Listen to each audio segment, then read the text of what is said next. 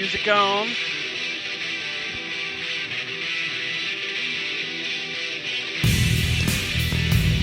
Righty. Live.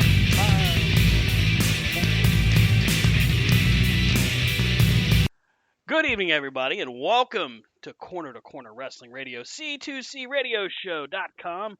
We're live and on the air through our website and, of course, Spreaker.com/corner to corner. I'm Stan Grubb. My tag team partner is Brian Taylor. And, of course, Oh. I didn't mean to cut you off. I'm sorry. It's a little quiet. Your mic's a little silent, but let's see if I can turn that up a little bit. And Rob Hebner's with us as well. Hello and welcome to the show.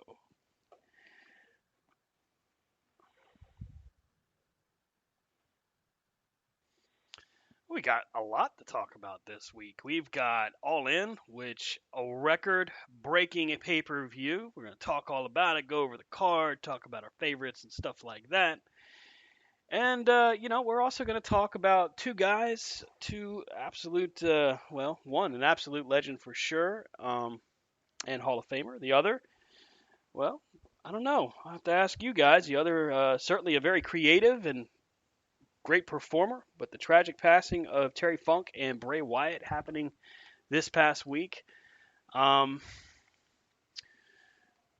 damn, I pulled up Spreaker here, and I used to have the 10 bell. I don't have that here. Both major companies, AEW and WWE, put in their in memory of for both guys. Many wrestlers showing support, putting a black band on the arm. Guys, we'll do Terry Funk first. Favorite Terry Funk moments? You guys have to have a lot more than I do, I'm sure.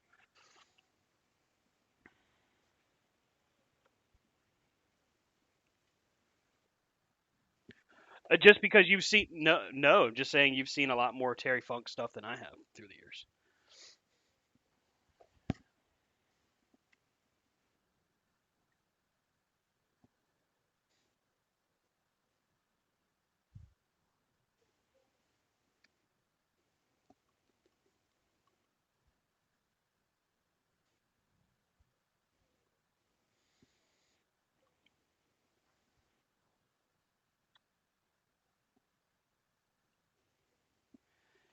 And he's one of the first to really become one of those guys to kind of reinvent himself.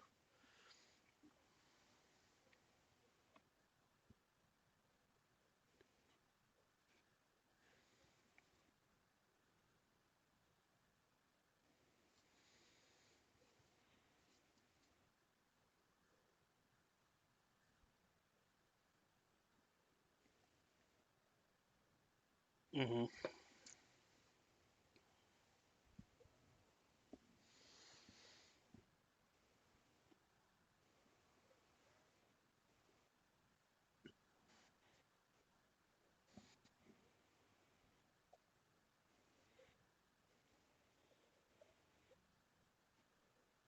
Hmm. As a guy whose career spanned multiple decades, Brian, favorite Terry Funk moments?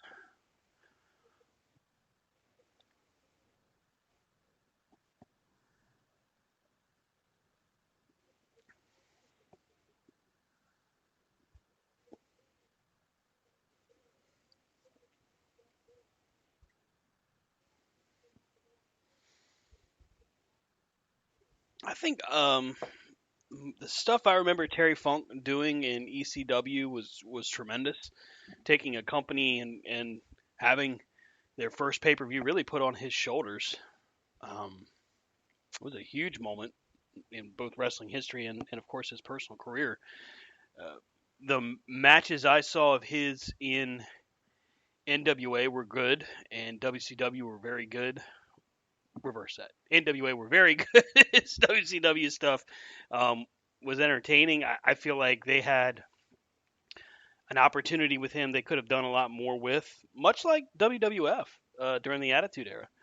Chainsaw Charlie is something that uh, I never really thought that they would do that to a guy like Terry Funk. Do that, in other words, put a gimmick like that on him. But at the same time, it's he embraced it and made it his own. He had great matches with just about everybody he stepped in the ring with. Former world champion multiple times over. It's hard to pick just one, but I think his ECW thing was really a big deal for certainly a person at his age at the time in 1997 to do that, but then to continue in 98 and still putting on hardcore performances like Rob mentioned back in 2003 wrestling in Ring of Honor. And we even had the opportunity to see him wrestle Tommy Dreamer for the ill-fated AWE. Awesome Wrestling Entertainment at their pay-per-view.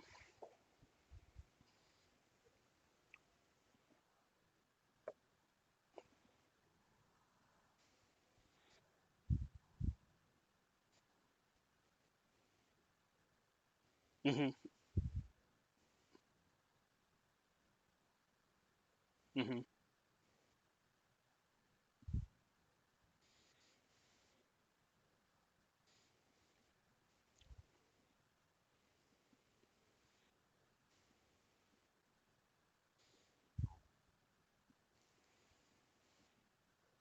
Hmm.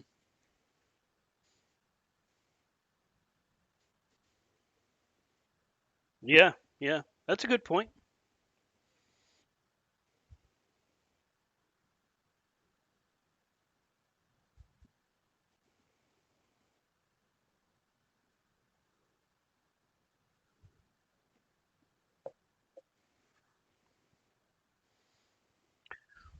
Hang on, let's stay with that for a second. How long did it take you to realize it was him?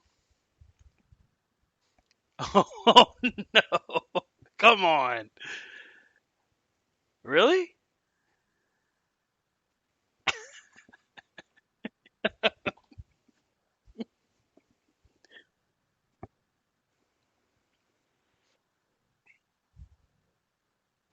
Hmm.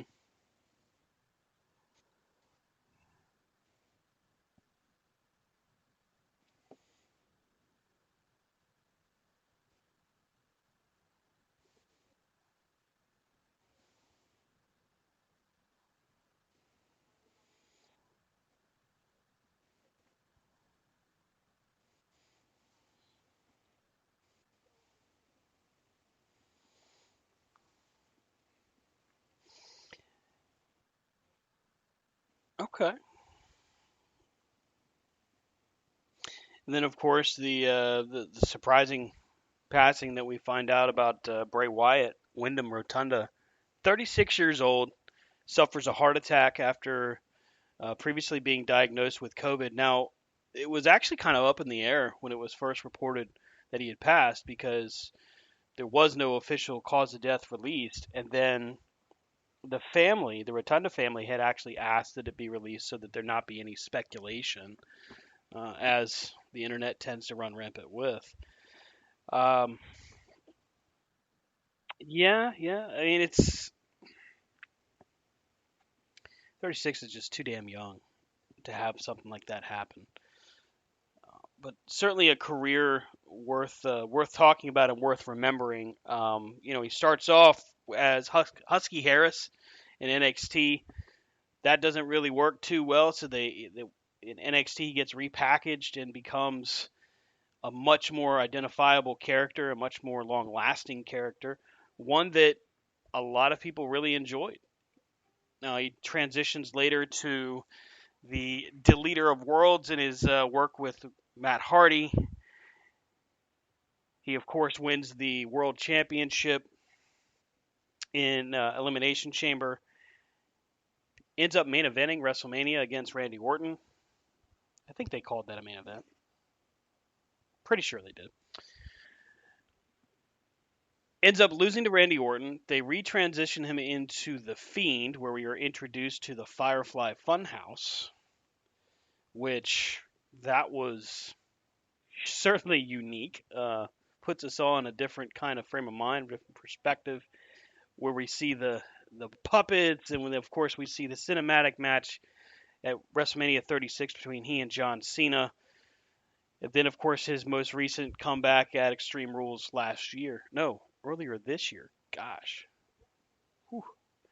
Um, where we were introduced to Uncle Howdy, and we never really got to see all of that play off or pay off because, unfortunately, he would get sick and then he would be sidelined at that point. I think my favorite iteration of him comes down to the Wyatt family, um, in the feud with the Shield. I think that was probably my favorite version of Bray Wyatt, and what I think probably a lot of people would identify with. I don't know if you guys have a differing opinion on that.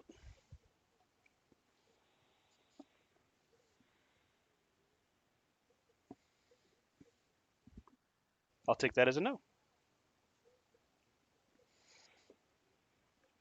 Any specific memories by either one of you on Bray Wyatt?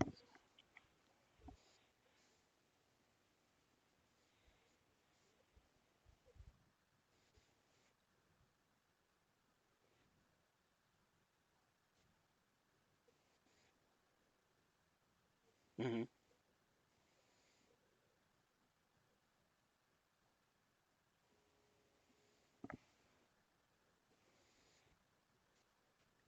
Hmm.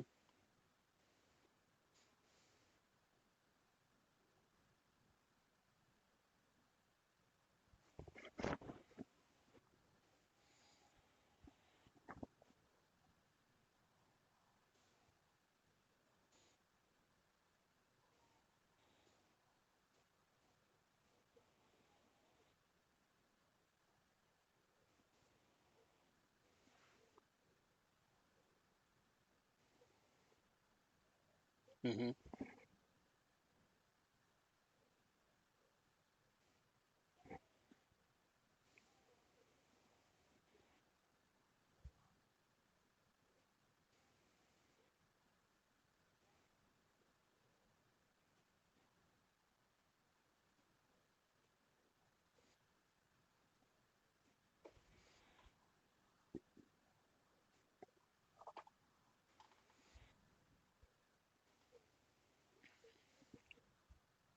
Hmm. Right.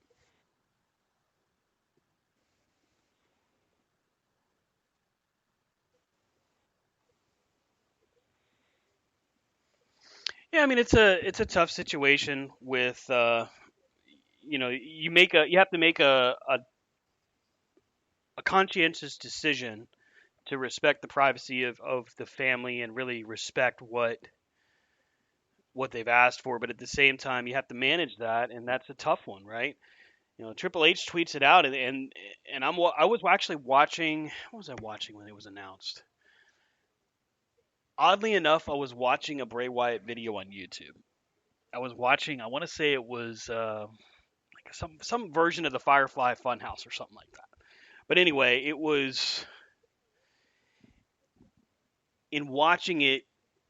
I just remember all of you said it best, the creative snafus that seem to happen with his character. I mean, you have so much opportunity with a guy like that. And each iteration of him, you had that opportunity. Even when he just recently came back, and they just couldn't seem to figure it out. It's crazy to think just how sudden these kind of things happen. But yeah.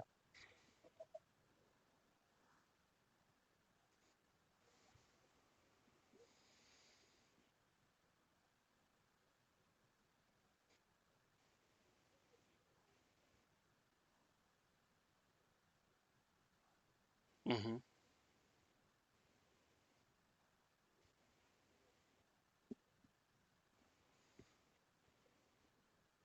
Right.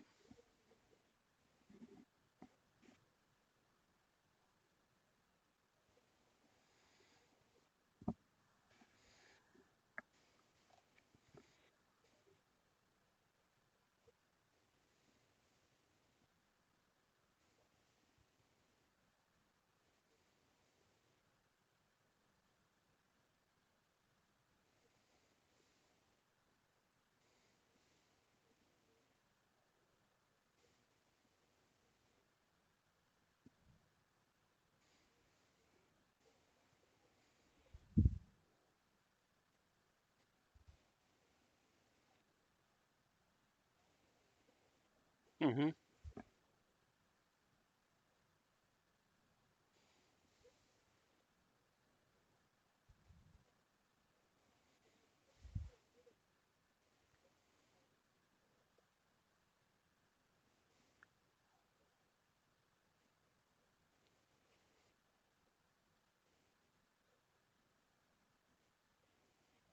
Mhm.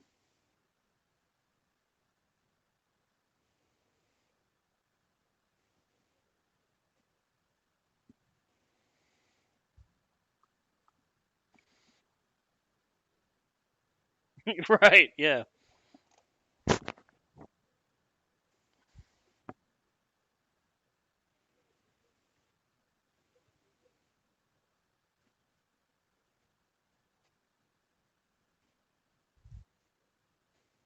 Oh, and and the burnt fiend gimmick. Yeah.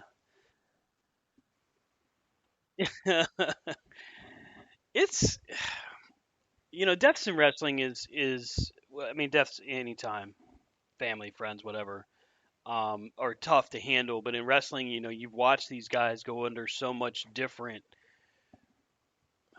evolutions, so many different changes in their career, and you've seen them from beginning to end, especially in Bray's case.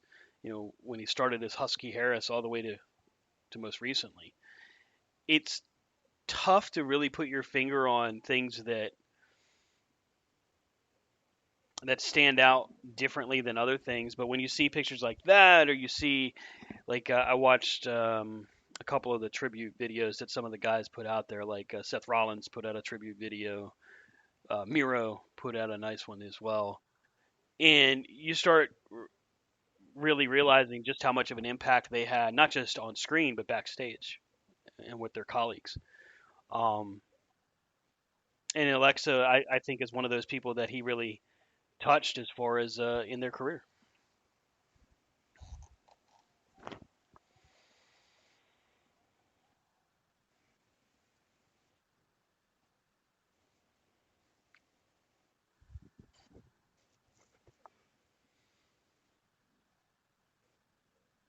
Hmm.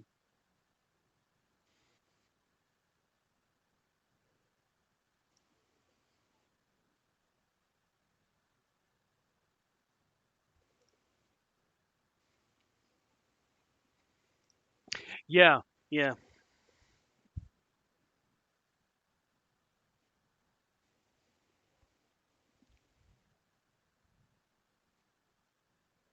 Hmm.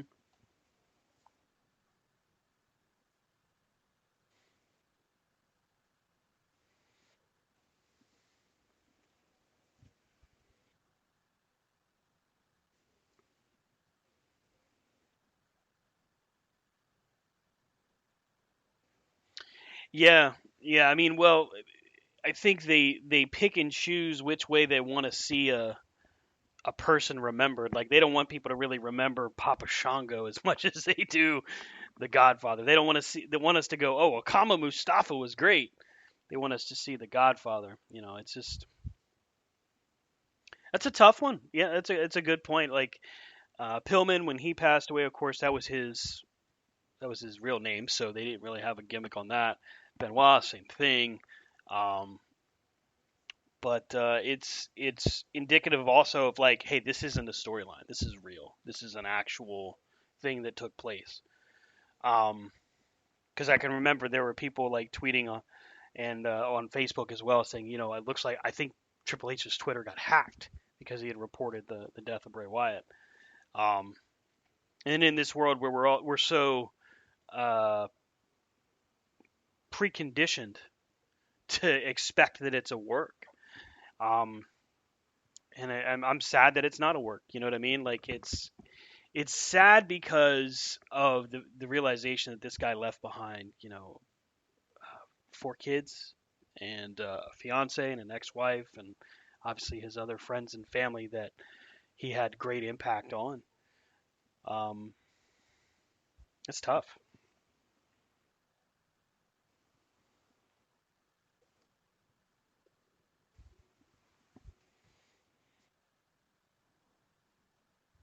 Right? Yeah, the Twitter voice.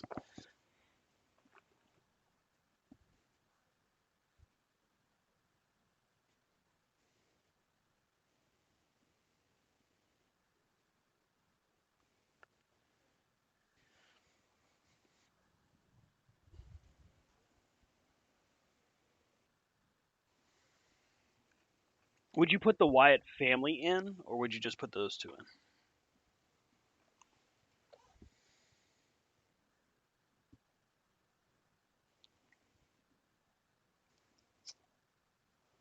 in?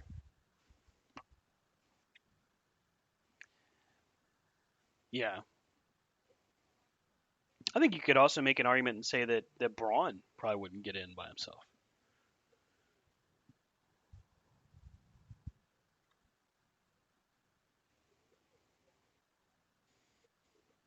Yeah.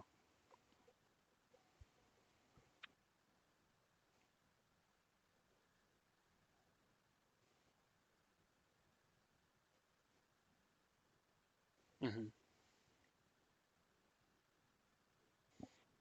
Right.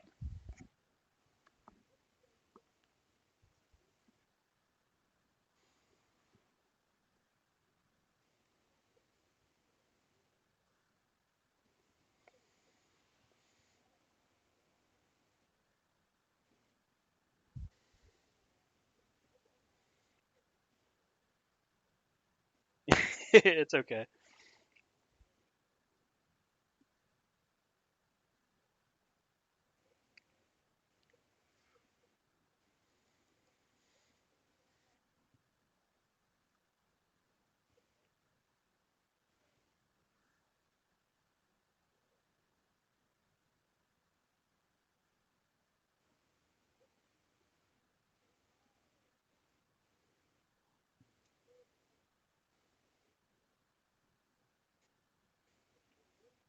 Hmm.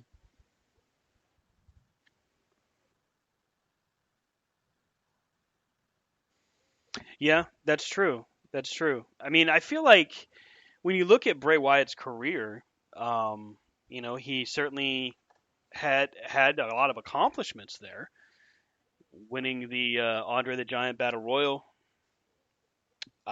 winning the tag titles multiple times, holding the Universal title, holding the World title. I mean, he's got the accomplishments to earn his way in there. Um, and Brody, in defense of him, yeah, John Huber had a lot of accomplishments and was successful not just in the Indies but also in WWE and AEW. So there is room for an argument for both guys. I would agree. I have no problem with that. I kind of like that thought process.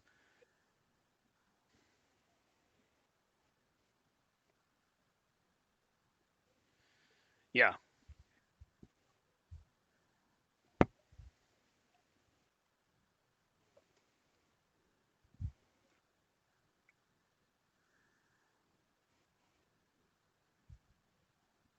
Right. They're still in there.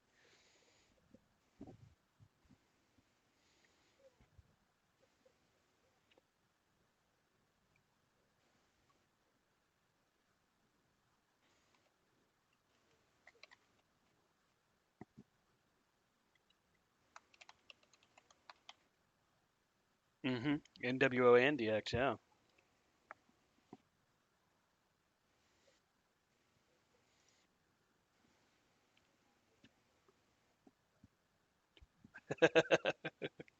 And I mean the much joked about Coco Beware's in there.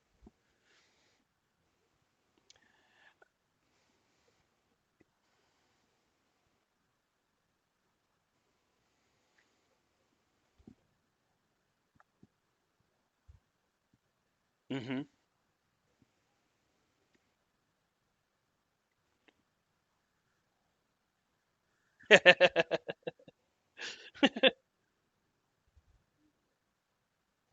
I hope so. I hope so because they did have an impact in their careers. I agree. I think they should get in, and I do hope that eventually the Demolition gets in.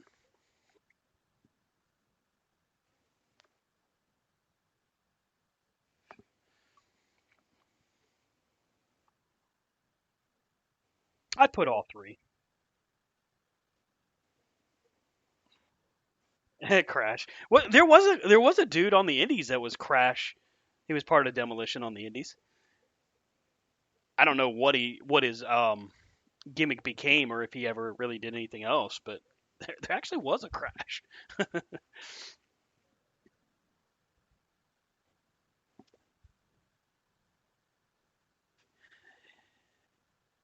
They seem very uncomfortable. I agree with you. Raw's on it here as well, and I see you got New Day and the Viking Raiders. Apparently, the winner of this match faces Riddle and McIntyre. I or no, it's New Day already has a match with them at Payback. I don't know. I can't follow how they book, but whatever. I agree with you.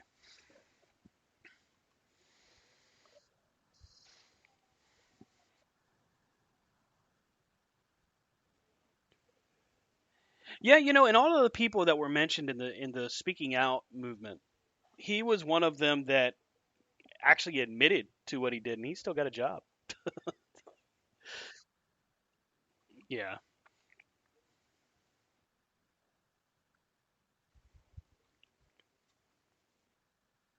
Yep.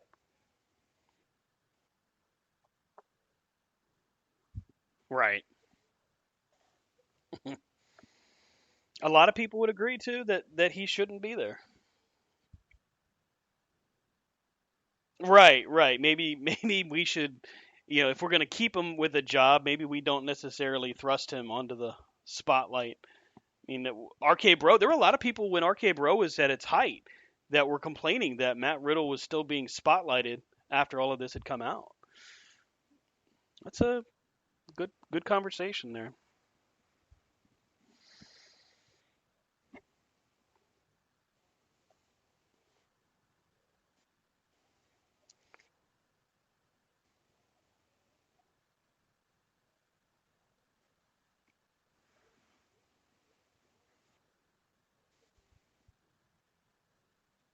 Mhm.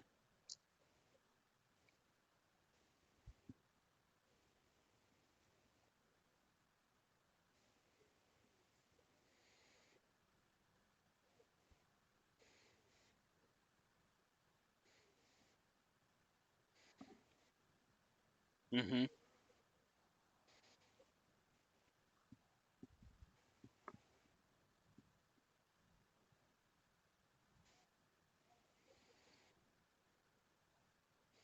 Yeah.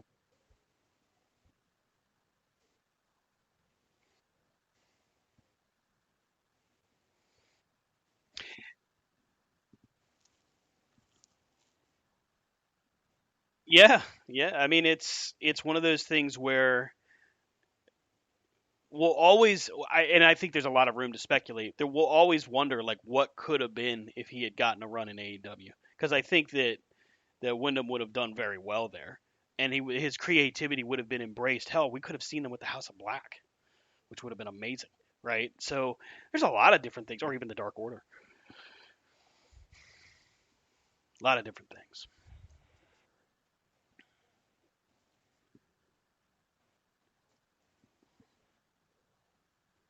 Hmm.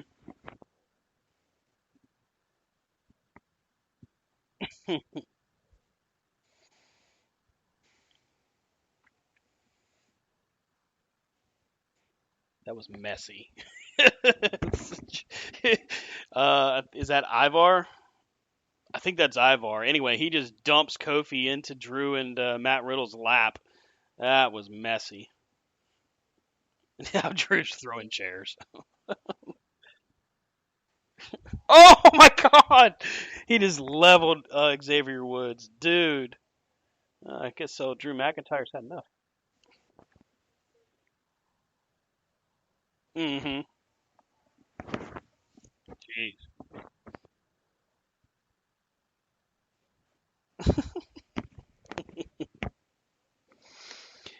Uh, well, you mentioned it, so might as well just go right into it.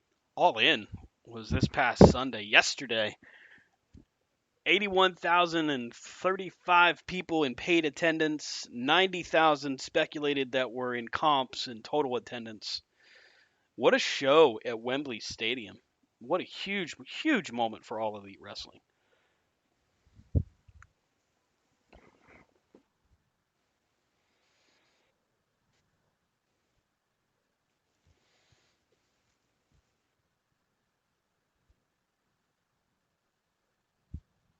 Hmm.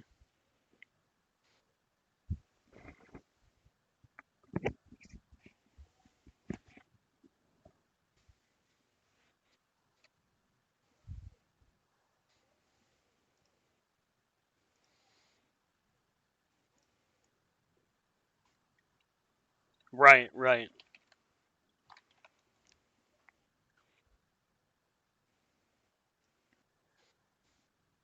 Hmm.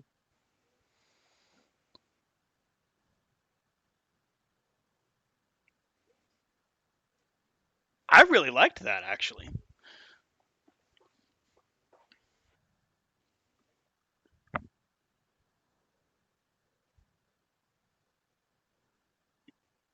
Hmm.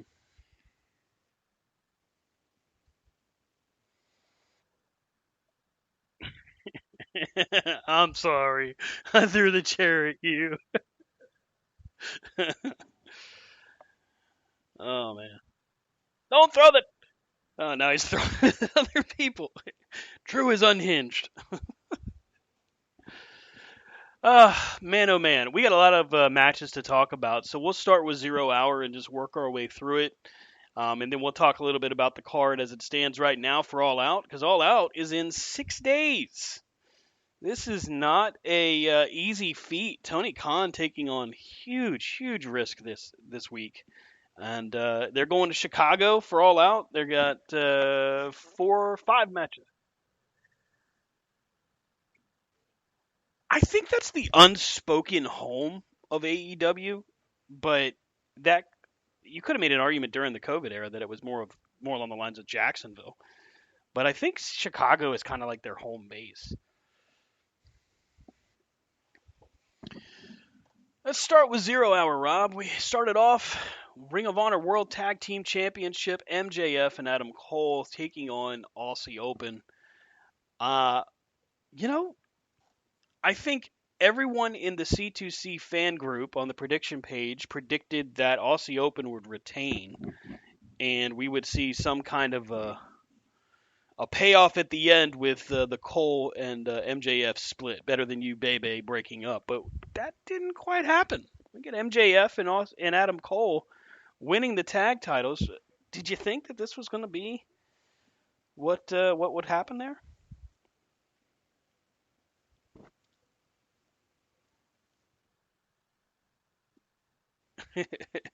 Kind of hard to ignore her. Ripley's been playing peacemaker, by the way, in this whole Judgment Day thing. It'll be interesting to see how it finally plays out. But my question to you was, with MJF and Adam Cole winning the ROH tag titles, obviously none of us predicted that would happen. But your thoughts on the tag titles, Ring of Honor tag titles, going to them?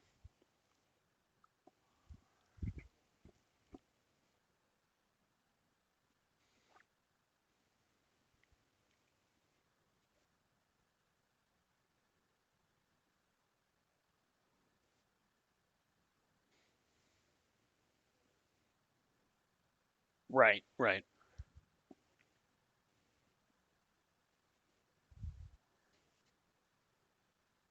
Hmm. Right.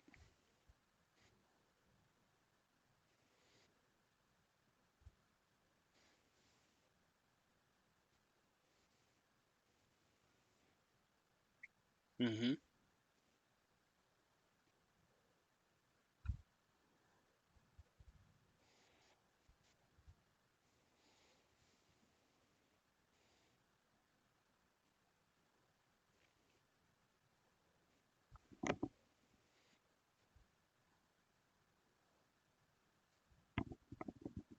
Yeah.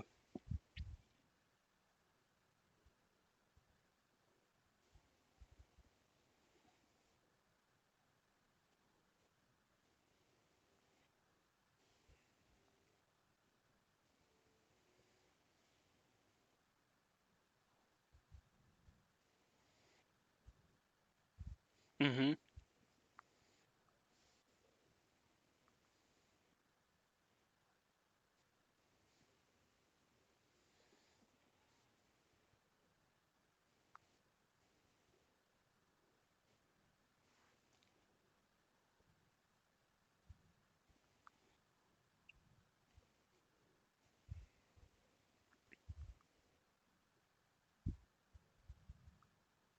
Hmm. I kind of agree with you and Brian on that. And Brian's been he has said that he doesn't really like the random pairing aspect of it, and I absolutely agree with you guys on that because it's a disjointed feel. The can they coexist storyline has been done and redone and overdone so many times with so many different pairings that at the end of the day it's going to be okay. These guys aren't going to last, and breakup is going to be forthcoming. It's coming very soon, and now as it stands, maybe not. Maybe we're going to see this play out even further. We talked about it a few weeks ago where maybe it actually ends up happening at All Out. Maybe they have to defend the Ring of Honor tag titles on 0 Hour again, and maybe they lose them, and that begins the rift. Or maybe we're just going to see this stretched until, hey, we feel it's run its course. Tony Khan seems like the kind of guy that when he wants to take a risk on something, it's a calculated risk. I said earlier that going from All In to All Out in such a short amount of time is a risk, and I'll talk a little bit about that as we get to that card. But when you look at this storyline, this is a solid opportunity for us to see, just what we can see, what we can get, what AEW can get out of this storyline is really going to be the question. Um, and does it help Ring of Honor? I'll say no, because I don't think that I don't think Tony Khan is. I want to be fair on this. I don't think he's doing right by Ring of Honor by putting the titles on them, but at the same time, getting eyes on the product by putting Adam Cole and MJF in this storyline, it helps in the short term, but you still need to develop who's going to take the titles away from them. Now, to your point, maybe it is Aussie Open. They take them back, and just business as usual. But if it's not them, then you have to have a way to describe it. You have to have a way to play this story out. I'm okay with it in the short term only because I kind of want to see where it goes. I don't dislike the story completely because even though I did not expect it to take off the way it did, I really did not expect Better Than You Bebe to be a thing that truly sold t-shirts. Not that MJF and Adam Cole individually aren't over, but I just didn't think it was going to be a thing. I think I've said it before on the air. I feel like this was Tony Khan saying, okay, fine. You want to see if I can do a Can They Coexist storyline? Cool. I'm going to make the best damn Can They Coexist storyline that you've ever seen. And then when we finally break them up, you're going to be mad at me because I broke them up. And I think that's what's going to happen. I think fans are going to be upset when they finally break them up. And that's all right. We'll deal with it as it comes to us. But this will probably be the one and only time, at least in the short history that AEW has done things, that we see this kind of story until it absolutely is necessary, maybe another 5 years down the road. And it just so happens that it's making him money. It's making him merch money. It's making him money in ratings and in ticket sales because people wanted to see the tag title match. People wanted to see, the main event yesterday. I was going to say last night. I guess for our folks in the UK, it was last night. But it's I'm sorry, the Bray Wyatt tribute is on Raw right now, and I gotta say that WWE has done a tremendous job with these production videos of just showing his career highlights and everything. Two, it is a testament to how talented they are when they put these things together.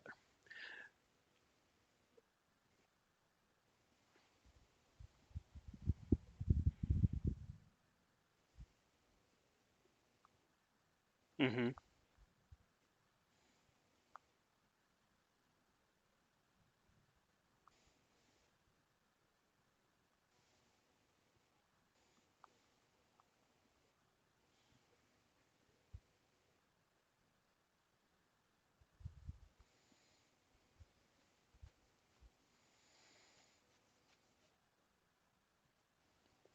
It was a brief run, but that's okay. I just love the fact that they're giving us a true tribute. Yeah.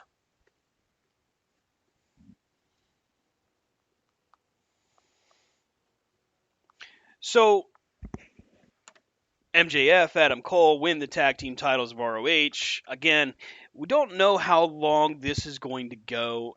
It's possible we could see this play out in real short form. Maybe they get a TV taping of Ring of Honor between here and there, and then they do All In, or maybe they don't. I don't know.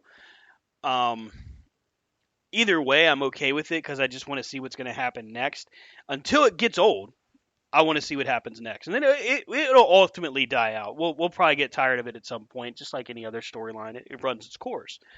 And Tony Khan's been actually pretty good about when something like this happens. He's been pretty good about saying, you know what, let's go ahead and change this up. When he needs to make changes, when he thinks creative needs to be refreshed, he does it. He admits when he makes mistakes.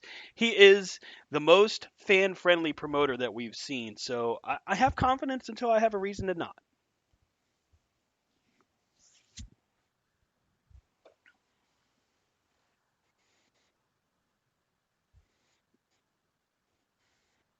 Yeah. Hmm.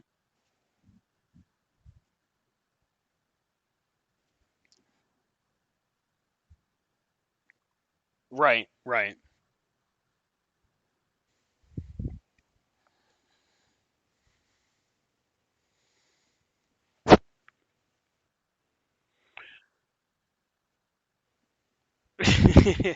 I have I have mine muted downstairs, and it'll still kick on if a notification comes. Especially if I'm working, it'll go boop boop. You have a notification. Like, oh, great. If they didn't think I was working from home before, now they know. So Ring of Honor tag titles, like I said, Cole and MJF. They win the straps, but we get to the next match, which is the FTW Championship. Jack Perry defending against Hook. Now the match itself, well, one part of it may be something we talk about a little bit more in depth, but the match itself was not awful. Maybe not forgettable, but at the same time it wasn't anything really different than what I expected. I think the real story comes out of the aftermath of this match. So there's a part of the match where Perry and Hook are at the entranceway, and there's the limo that Jack Perry had come to the ring in, and they're fighting on the car, and Hook hits a, I want to say it was a T-bone suplex onto the hood and onto the front windshield, where Perry lands back first onto the front windshield. Now, yes, oh, he made sure we knew, didn't he? He rolls off of the car and says, "That's real glass, cry me a river." Like right there in the middle of God and everybody, he's just deciding to go into business for himself. When the match ends a few minutes later, as Hook chokes out Jack Perry, forces him to tap out, Jack Perry no longer the FTW champion. Hook regains the title. That's cool. I'm happy for Hook. I like Hook. I think they have such unlimited potential with him, and if they just keep staying the course, they really have lightning in a bottle with him if they continue to work this way.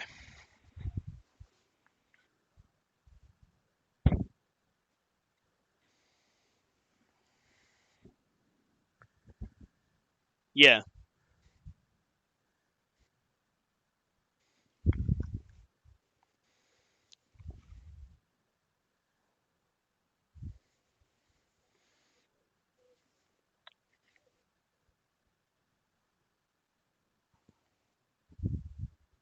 Hmm.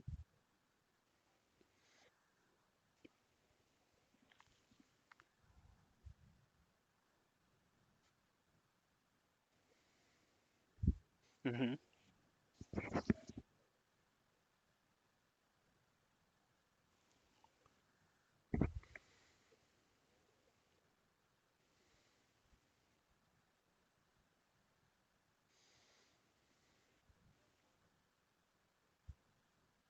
Oh, the international title. Yeah, yeah. I think if they just continue to pace it. Well, no, the international title has been getting defended every week. Orange Cassidy's been defending that religiously. I know you don't like Orange Cassidy. It's okay. No, I think you have a good point. If they continue to pace him though, and pace out his move, he will. I think he has the potential to eventually be there and be at the top for a good amount of time. But I also agree that now's not that time, and you don't have to rush him. You've got this kid that, just like we were, kind of like what we were talking about with Bray, we can literally watch him progress up the ladder, and in, I don't know, we'll just use a hypothetical number, 2, 3 years time, he could easily be up there because they could just position him that way, and they can start to work his way up there, and he's going to continue to get better. What we need to see more of from him, I think, is probably some mic work, because we haven't really broached that subject with him yet. We haven't really seen him really do a promo.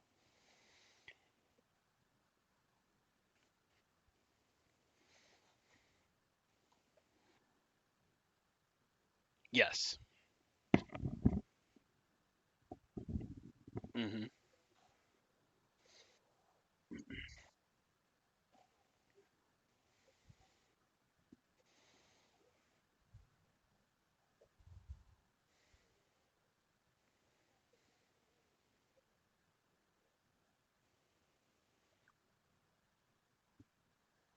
Mhm.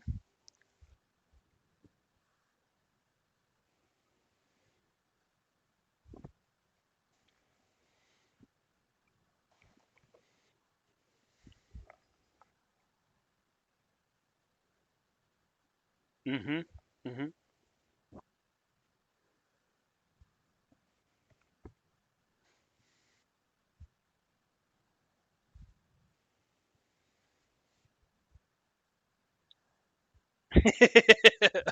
It is best. That would have been awkward.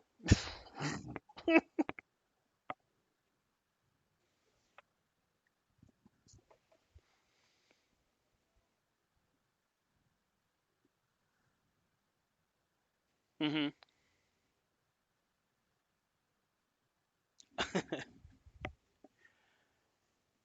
It does have kind of an old school feel to the shirt, almost like how Hogan shirts used to look.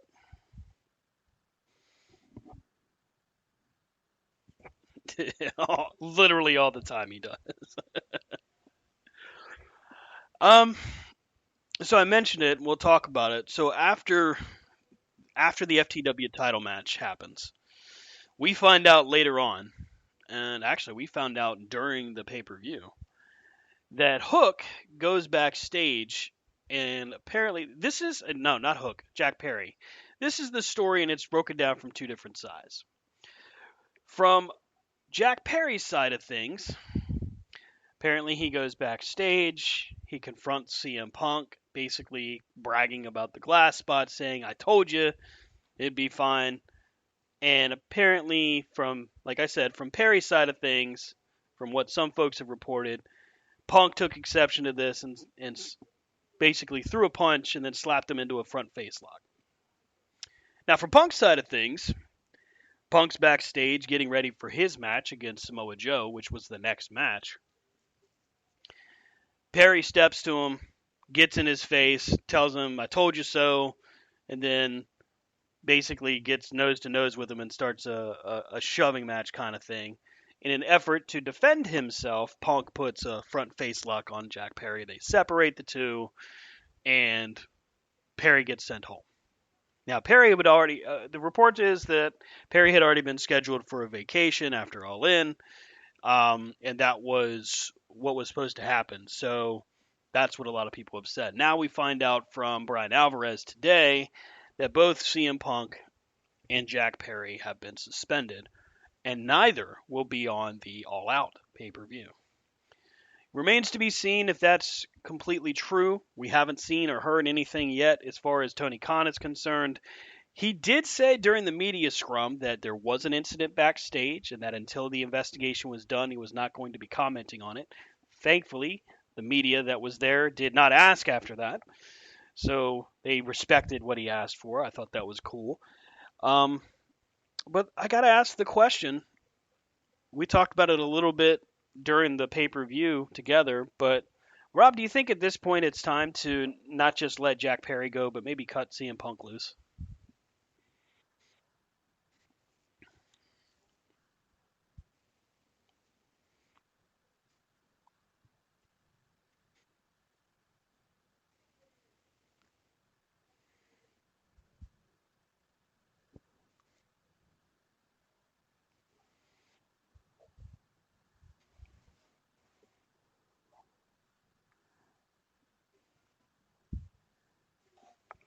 Oh, damn.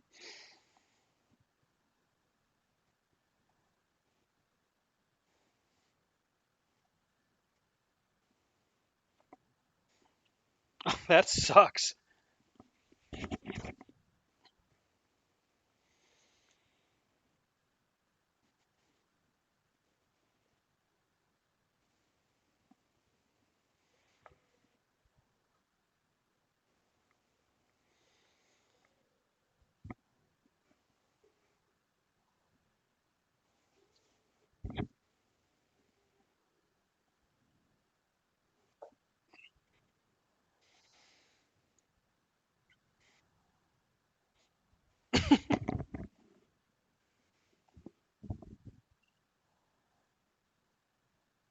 Hmm.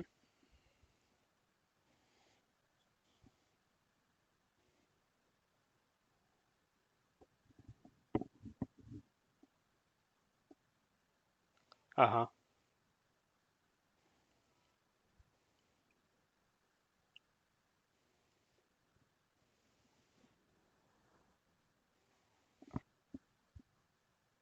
Right.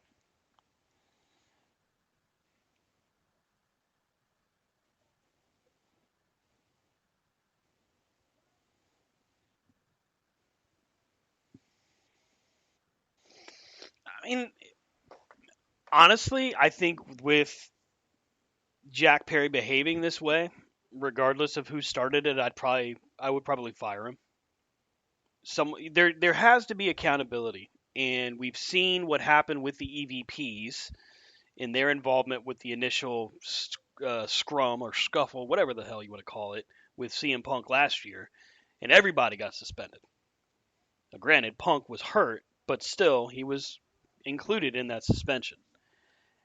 Jack Perry's issues. This isn't the first time that Jack Perry's been kind of an attitude backstage. And whether he likes it or not, there's fans out there that have complained about his attitude during signings. And that's one of the big no-nos in this business is pissing off fans that have paid to come see you, especially in an autograph signing setting.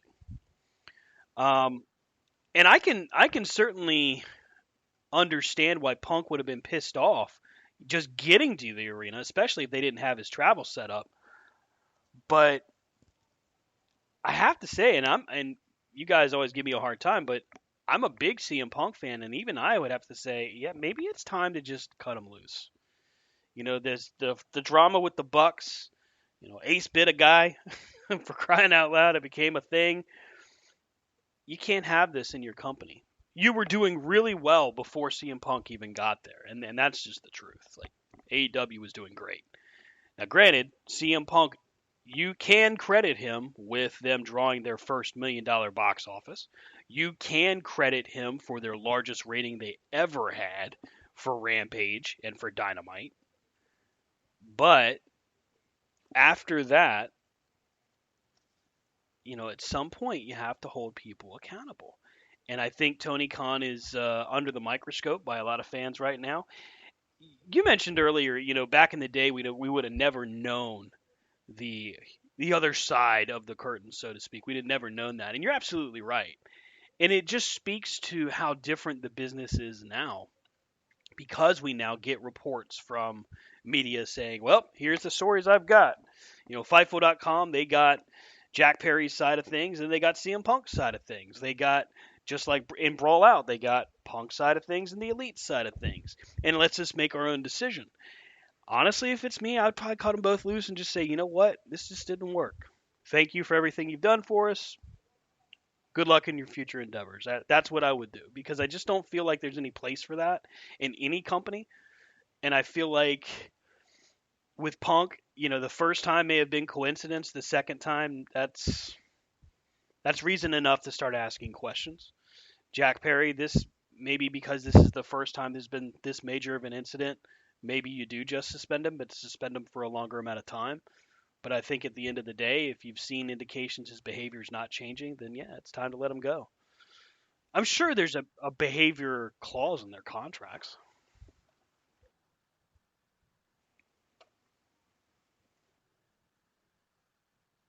Hmm.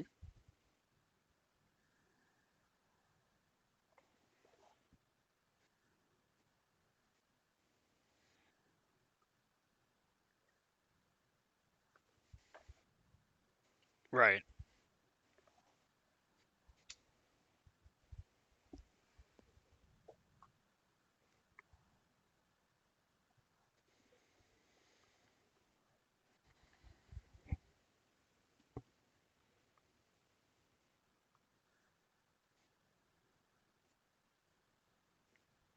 Mhm.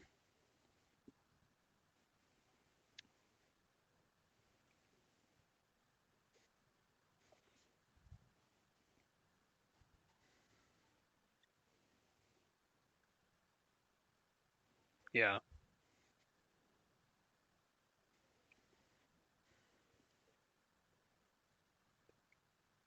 Right. Right.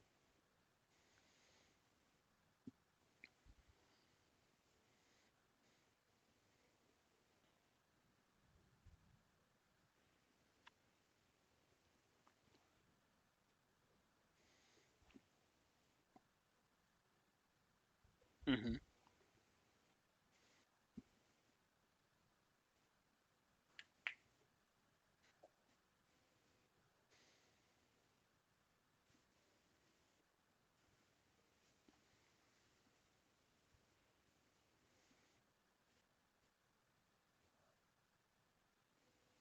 Mhm.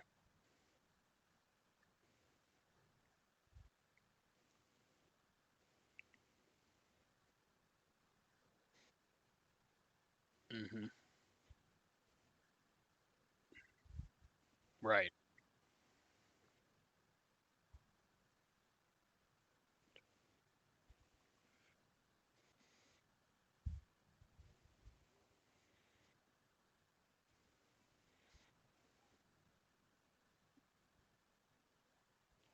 Right.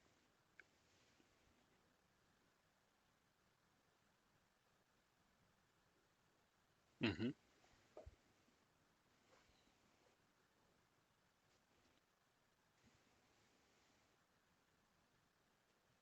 Mhm.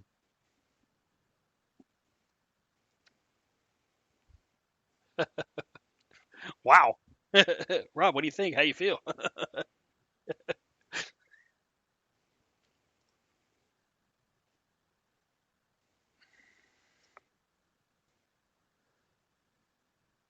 Right.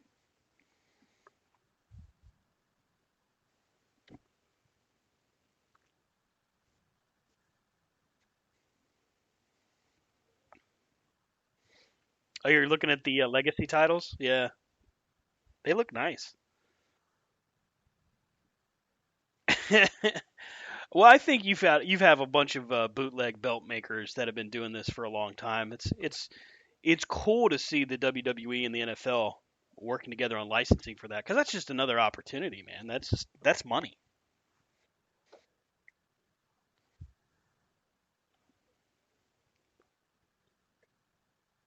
No.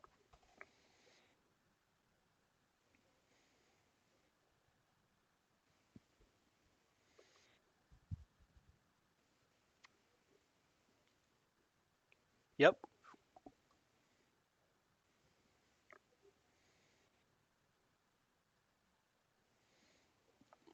His WWE and then his pipe bomb. Yeah.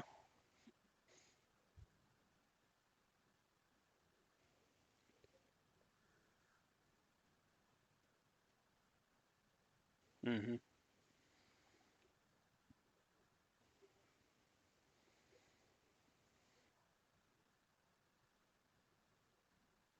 Mhm.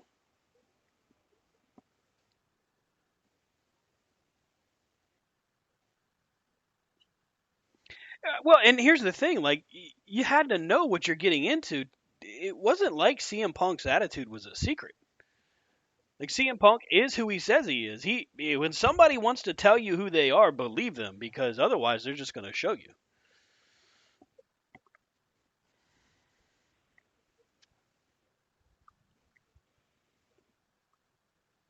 Mhm. Mhm.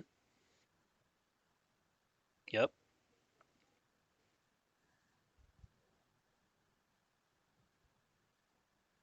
Yep. Mhm.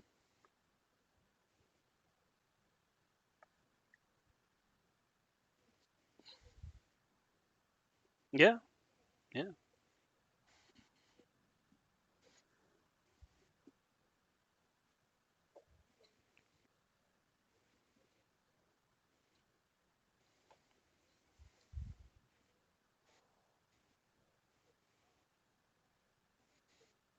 Hmm. Yep.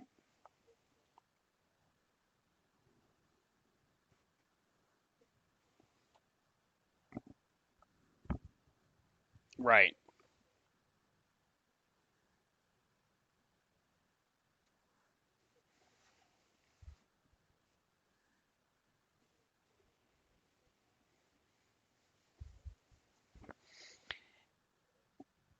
Yeah. Well, and to your that's a great analogy, by the way, because historically speaking, when you look at the NFL, look at Albert Hainsworth here when he came to Washington. He brought so much drama just getting in the door. Then he didn't want to practice. Then he didn't want to do that. There's no way in the world they don't know what they're getting because he did the same thing with who he was obtained from. Terrell, yeah. Terrell Owens, same way. Yeah. I was saying Terrell Owens did the same thing when he was with Philly and with Dallas.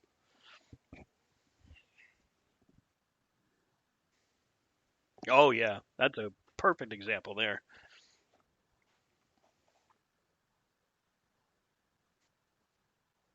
Hmm.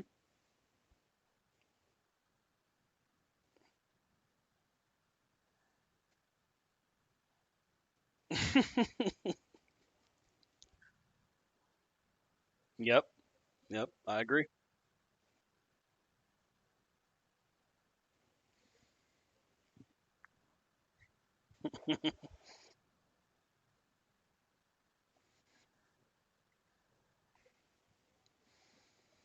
And I mean it. And at the end of the day, this is where it really does fall to Tony Khan to have to make a hard choice. You know, you have somebody that has delivered some great successes for you, but along the way, with those successes, have been some monumental obstacles. This thing with the elite was not small by any stretch. They ended up having to suspend not one, not two, but five different people. That's that's a big deal. No, yeah, the world title gets vacated because Punk's hurt, and this thing happens. The trios titles get vacated. Yeah.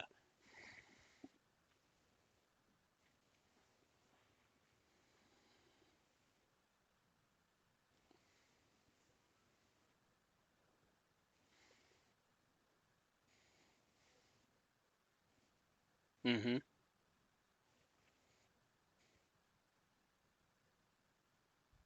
Yep.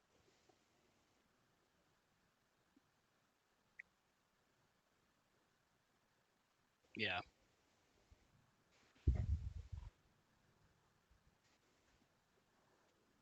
Hmm. Yeah.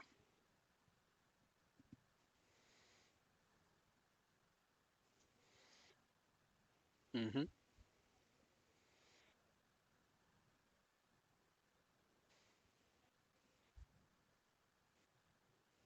Oh, I'm sure the. Yeah. Yep.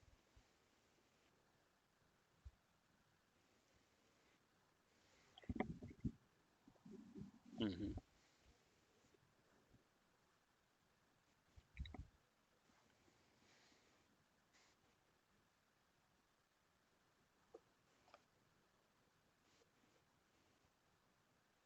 Hmm.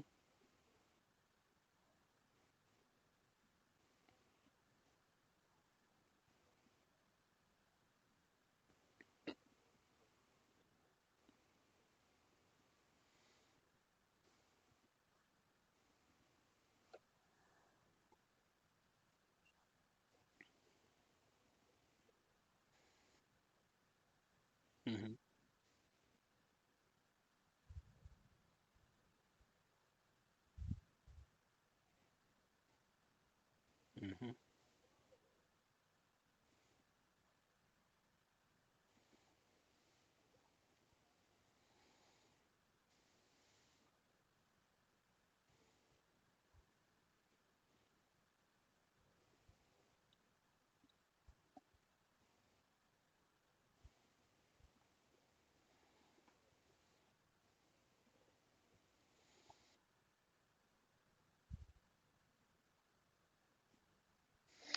Yeah, so this past week on Dynamite, there was supposed to be a segment planned where Perry was going to retire the FTW title. And the passing of Terry Funk apparently is what influenced them deciding not to do that. Now, I think I could appreciate that as a fan, them wanting to respect kind of the legacy of what ECW and the FTW title means. Even though Funk didn't really have anything to do with the FTW title. Um, I think that's what the scuttlebutt is. I don't know how true or not true that is, but that's the rumor. Is that the reason they didn't do it was because of Funk?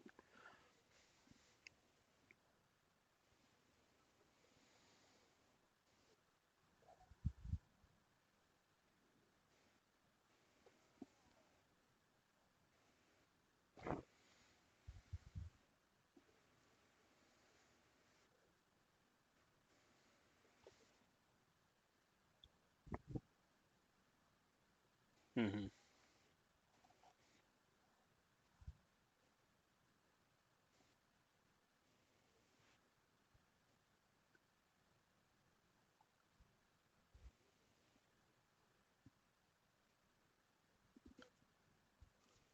That one little thing.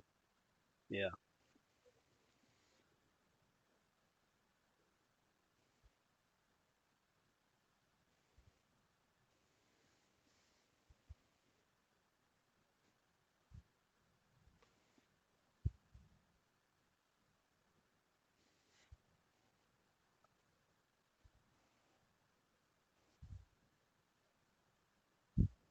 Oof.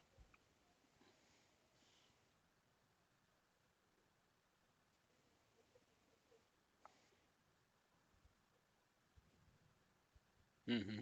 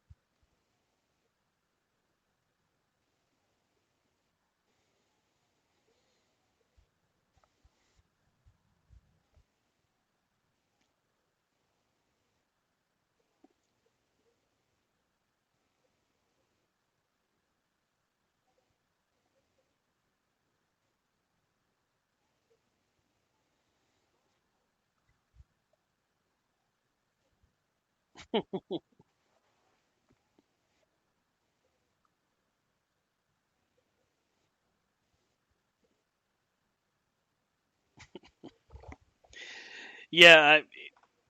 Tough situation. I don't envy Tony Khan's decision process here because that's going to be difficult. We go from the 0 hour to the full pay per view. CM Punk defeats Samoa Joe for the AEW Real World Championship. Um, this story considered, I think that we'll probably see that Real World Championship get tossed to the wayside, if especially if Punk's suspension is of any kind of length. I don't think that this title match itself was a bad idea. I think Samoa Joe and CM Punk actually had a really good match. I enjoyed it. I would have thought that having this match on the pay per view would have been a great opportunity to really showcase this just the history between the two guys. I feel like they did that really well. There's the spot where Punk gets ready to dive off the apron onto Joe, and Joe just walked away. Punk looked like he a car wreck right outside there. That was a mess.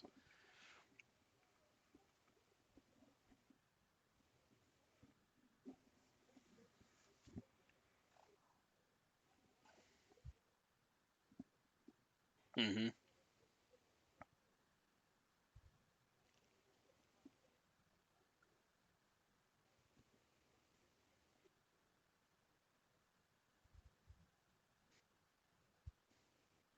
Yeah.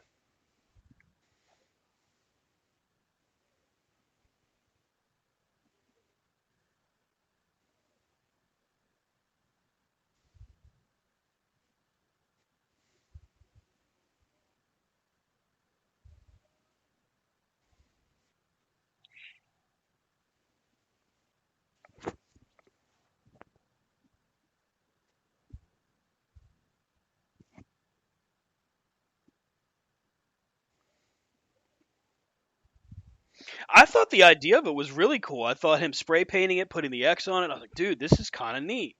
Because I mean, not since what Ric Flair has that really been done.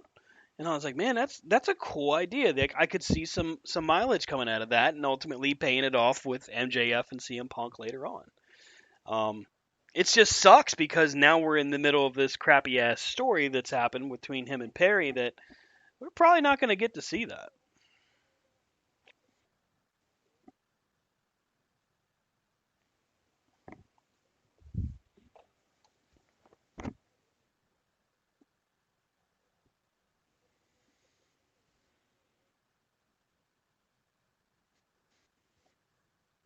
Yeah.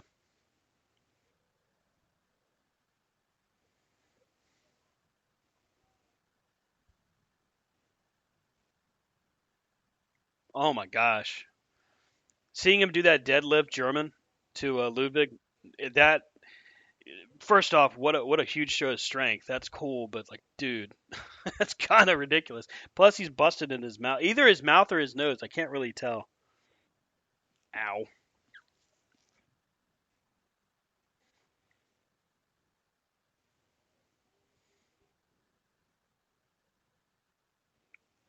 Otis. Yeah.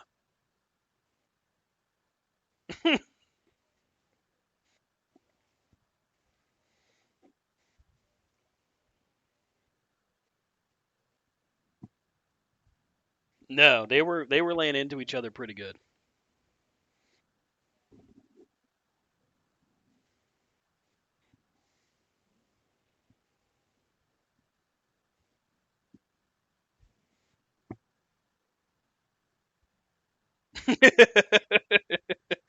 No, he go. So they had the table, broadcast table at ringside, which I love when they do that. I prefer when the commentators are there at ringside, and it was like he was going for a power bomb, but instead of power bomb, he does like a giant swing and just throws him into the front display of the table, which turns out to be wooden and splits into pieces as Punk goes under the table, comes out, of course, and he's split open.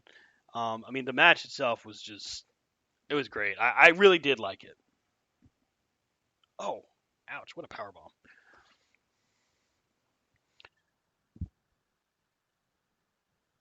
You will stay on this mat until I say otherwise.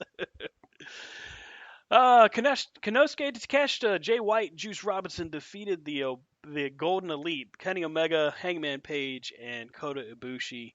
This match delivered exactly what we figured it would. Um, and hey, Takeshita did not have to take the loss here.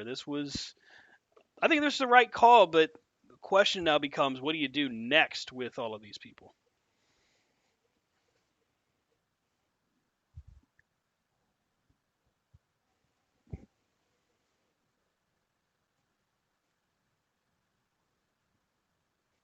Hmm.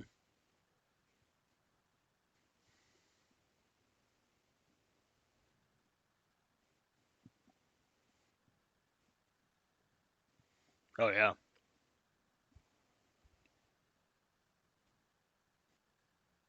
Hmm.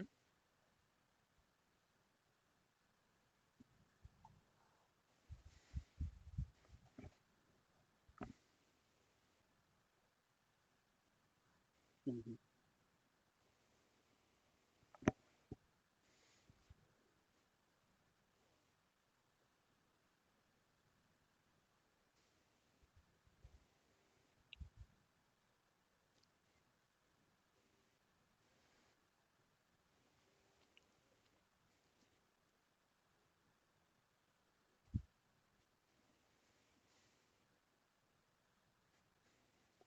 I wouldn't mind seeing Omega and Ibushi go after FTR. I think that'd be a hell of a match.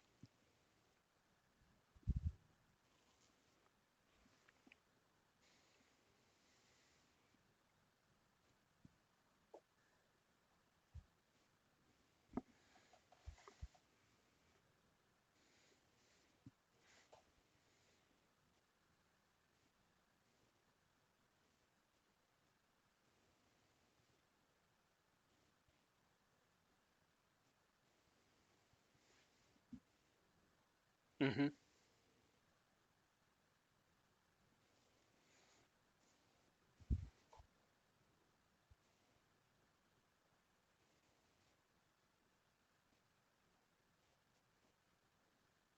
Right.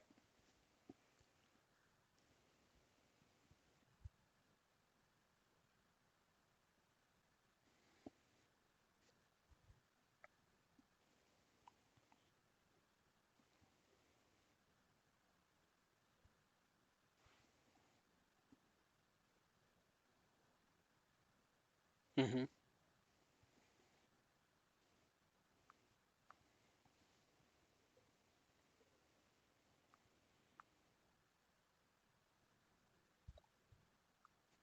Right.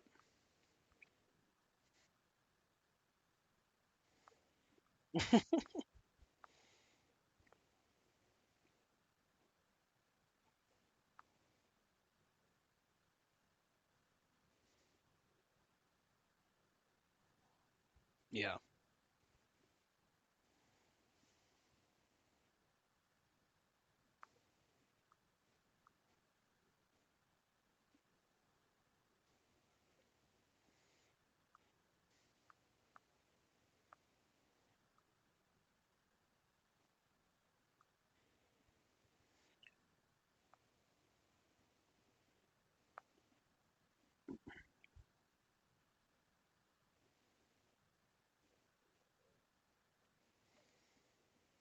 Yeah. I mean, they've built really nicely with this storyline, uh, with Don Callis and with how he's manipulating different people, and I get that, but now he's crossed Jericho and Kenny Omega, and he's still acquiring talent. Is the goal here to get the Don Callis family, quote unquote, to an actual faction? Because right now it's just Takeshita and I guess Will Ospreay. Like, is that who he has? Yeah, yeah,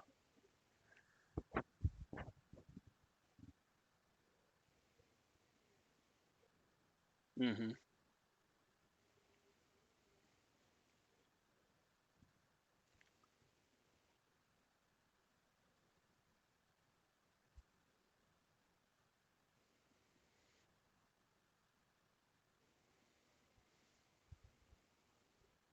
yeah.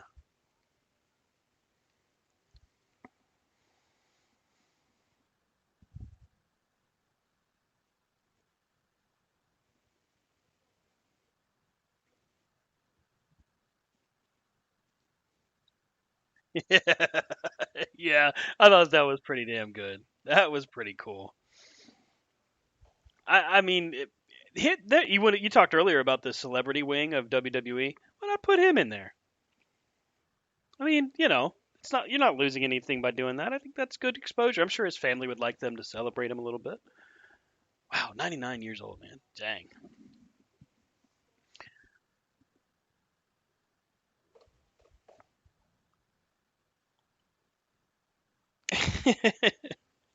You can do it. You can make it.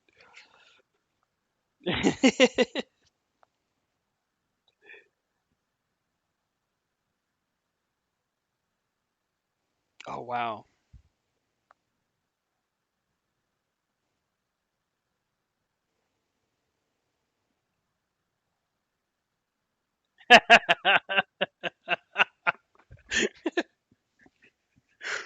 I can hear her saying.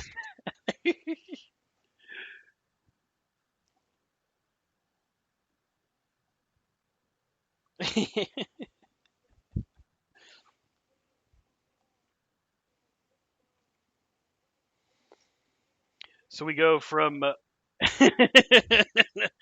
we go from the six man to the AEW World Tag Team Championship, FTR and the Young Bucks. Um, this was the rubber match, the third one, and you know what? I was surprised that the Bucks didn't win. I really, really was.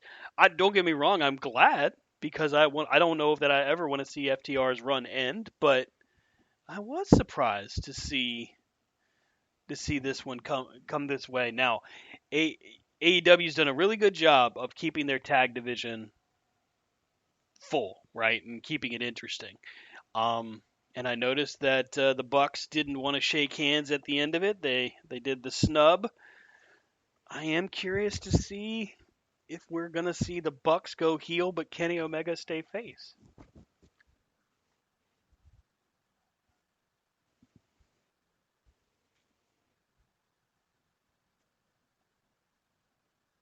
Mm-hmm.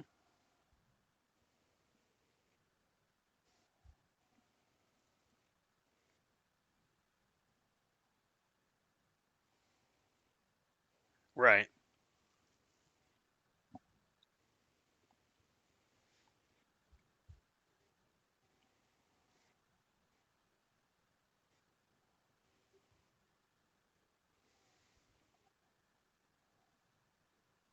Mm-hmm.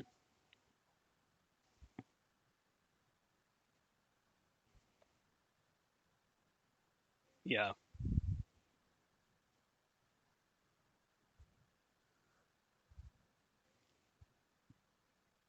Yep.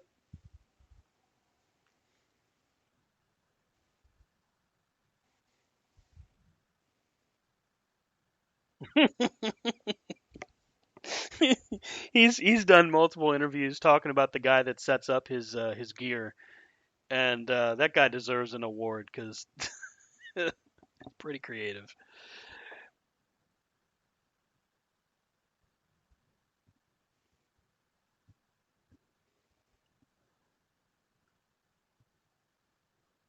Hmm. Right. Yeah. With the Bucks and FTR, the story broke last week. We talked about it very briefly, but there's a felony firearms charge on Cash Wheeler. Apparently, it was a road rage incident. We don't know all of the facts yet, but the complaint was that basically he was driving down the highway. I guess the person that he was on the side of had done something to provoke his anger. And I say I guess because that's kind of how the complaint reads. And ultimately, he flashes a gun, and the guy backs down and slows down, so he won't. It's just to let him get away from him. But he, of course, later calls the cops. Now Wheeler does turn himself in, so he does the right thing there, I think, by yeah, I'm okay. He doesn't hide from it. They didn't take his passport. They didn't take any of that. They didn't set his bond at anything ridiculous. So he was able to perform. But Brian made the statement, somebody's got to pay the piper on that, and I happen to agree with him that I felt like that was coming. I felt like that we were going to see, even if it's sure the short term until all of this gets worked out and maybe the charges are changed or dropped or whatever. I just figured that that would be what would happen. Um, but to Tony's credit, maybe he's trying to wait it out and see if the courts do change the charges, if the charges get dropped entirely, if it gets worked out, between the complainant and Mr. Wheeler. Who knows?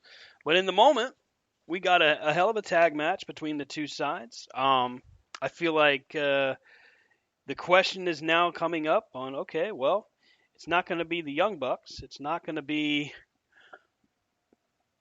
the Bullet Club Gold just yet. Who's it going to be? Who's going to be the person that actually takes the tag titles off of FTR?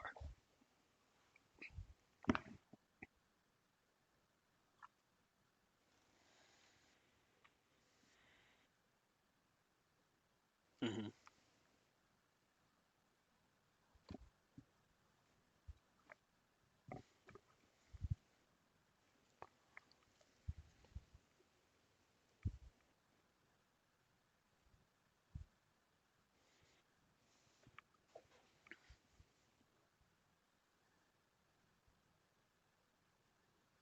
Yeah, I mean the fact is it's a felony. What I read, 5 years is the minimum on that.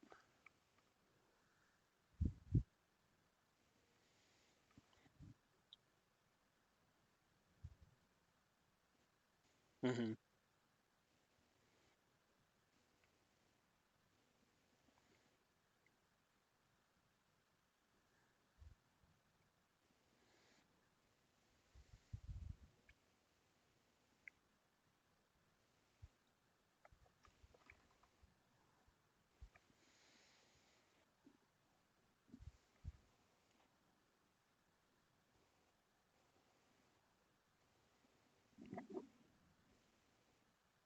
All out, all out.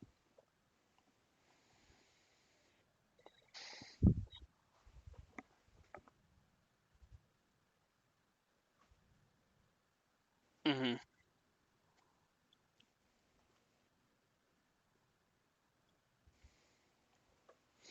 Yeah, we haven't heard anything as far as an update on his condition.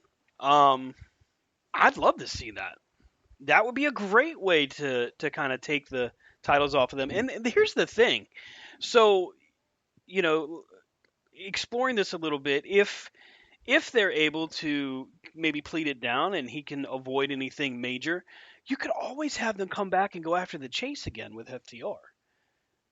You've got plenty of mileage left on this tag team, and I don't know how much time they have left on their deal, but tell me you wouldn't be interested in seeing the chase again.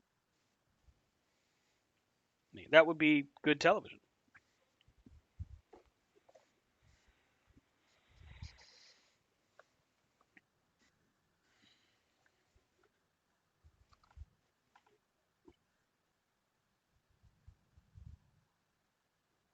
Hmm. Yes, yes,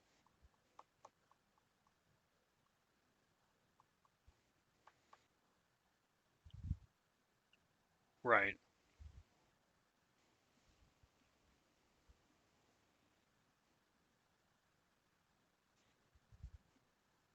Hmm.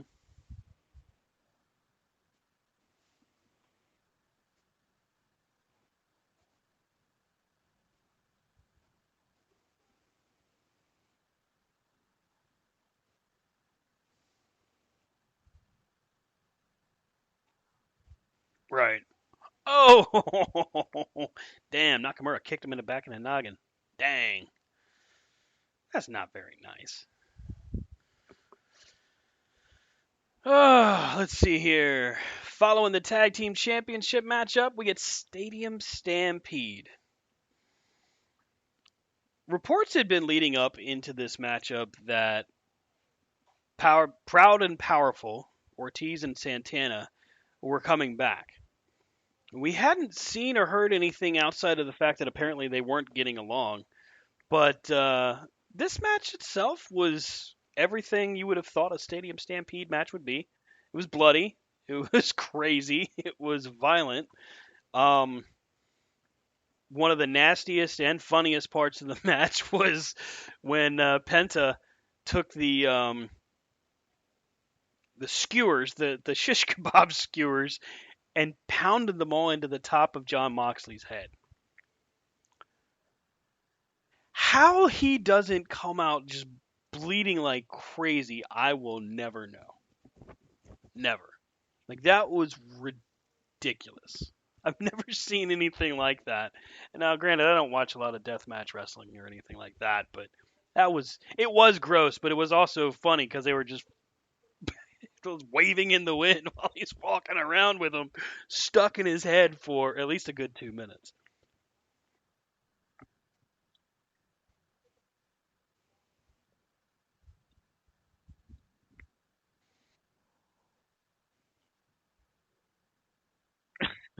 Yeah, that was nasty.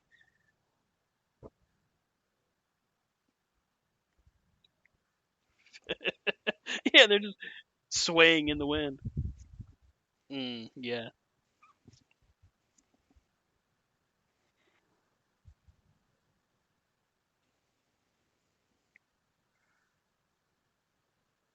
Hmm.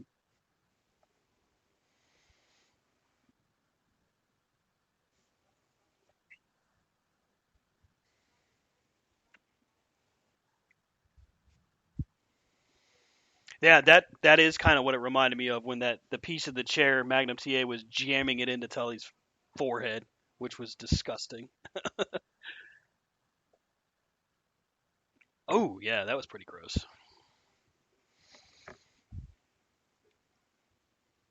I don't know what to say outside of just saying this was a violent affair.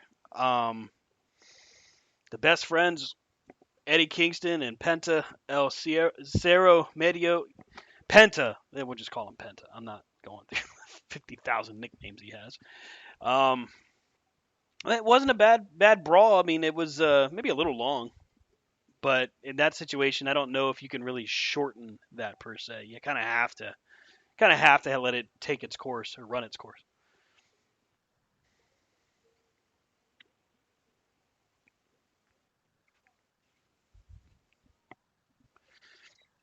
Yeah, there's not much else. I am curious to see what comes out of Wednesday night because all of those guys look like they got the holy crap beaten out of them. I mean, Trent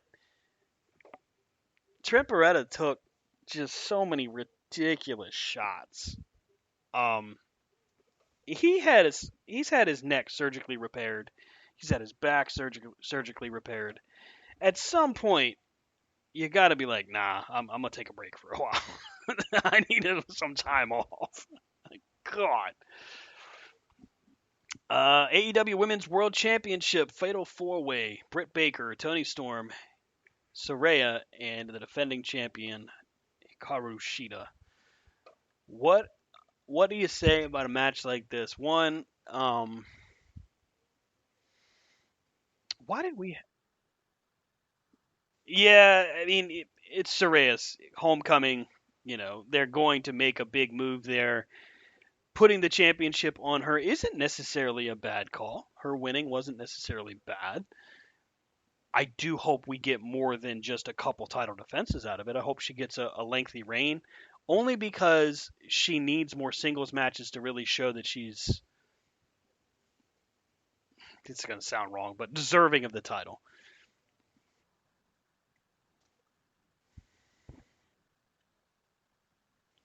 Right, right.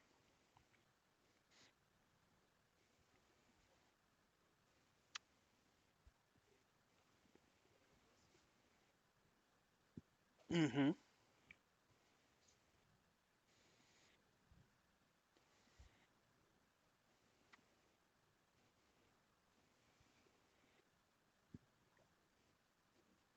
Yeah, give her sky blue. Yes, exactly. Yep. Yeah.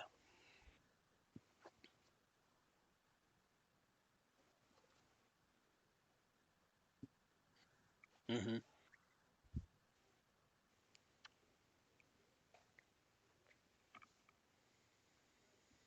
You know the thing that kind of was a glaring, in my opinion, oversight was early in the night, we see a crowd shot and we see Mercedes Monet is in the crowd. And they show her and they show her repeatedly. And I want to say it was during the 6-man tag and also during Punk and Joe. But we didn't. Yeah. The one time where it's going to benefit you to really, really tease that she's coming to AEW soon, and I have a feeling she is, you don't do it. Like, why? What possible good does that do for you? And I think that this is where I have to agree with some fans that maybe Tony Khan just doesn't really have a firm grasp as to how to book his women's division.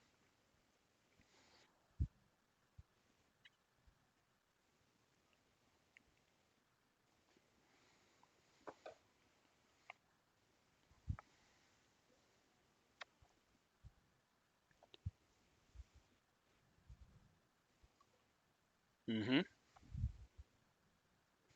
Yep.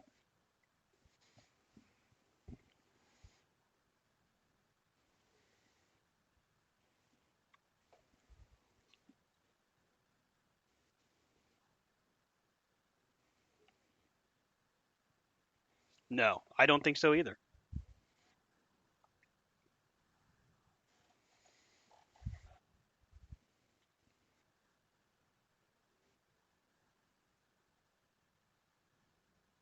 For Saraya, yeah.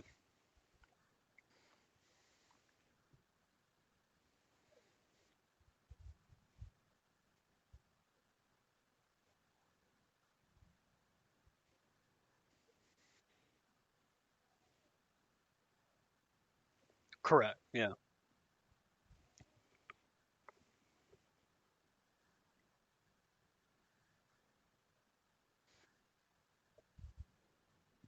Hmm. Tony Storm, Britt Baker, Sheeta, somebody like that.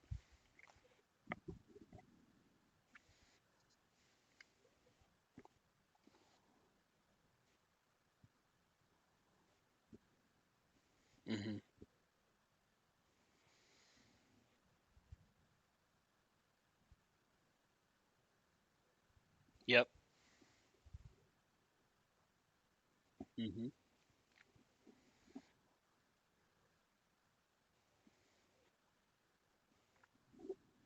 Yep.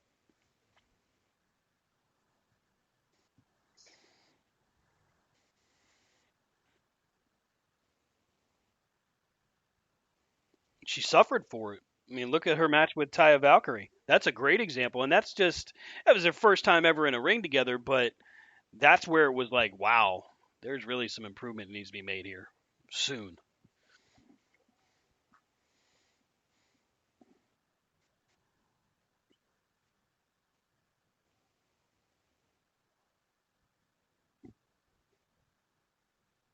Hmm.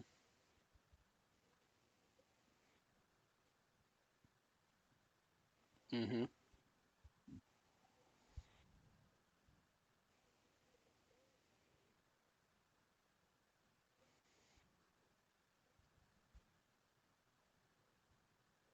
Hmm.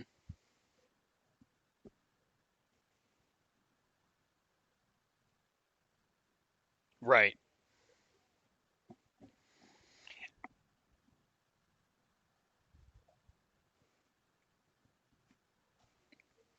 No, I think there's, pun intended, there's plenty of money to be made off Mercedes coming in and winning that title. That is that is something that, and that's why I said I hope that Saraya gets a lengthy reign, because one, what I don't want to see happen is at All Out have her lose the title, because now you've in my opinion cheapened an opportunity. And for Saraya, she's been very vocal about how folks have talked about her on social media, and I happen to agree. People are pretty mean, but some of it's warranted because she's been protected, like you mentioned. She has been protected. She has been put in a position where, we haven't seen her really be put to the test. So let's put her to the test. Let's see her go against Willow Nightingale. Let's see her go against Sky Blue, Sheeta, Britt Baker, Tony Storm individually. Give her a few months.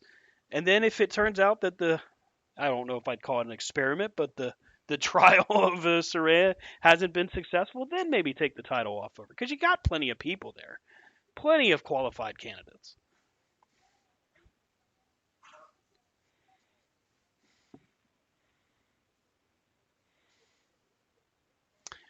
Next up, we had the coffin match: Darby Allin and Sting against Swerve Strickland and Christian.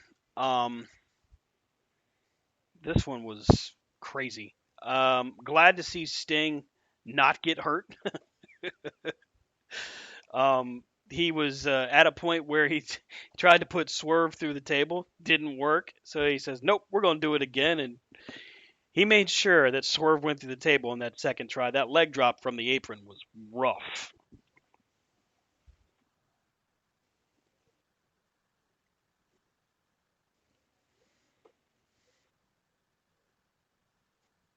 Right.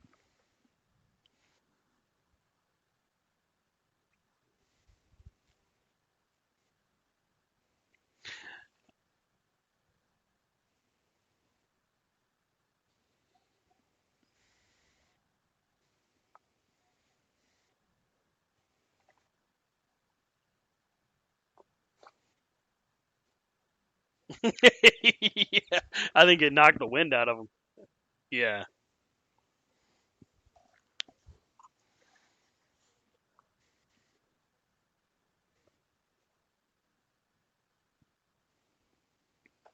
yeah, that that looked like it hurt a lot. Um, the one where he takes the Scorpion Death Drop on the top of the coffin too, where the ridge of the coffin hits right at the back of his neck. That was, eesh. Could I don't know that I'd have did that. Looking back, I think I might have been like, no, let's do something else.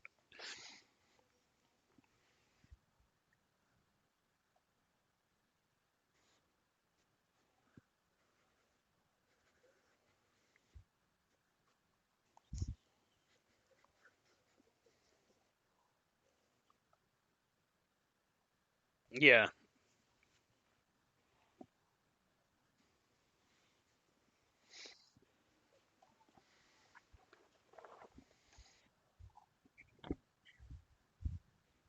Hmm.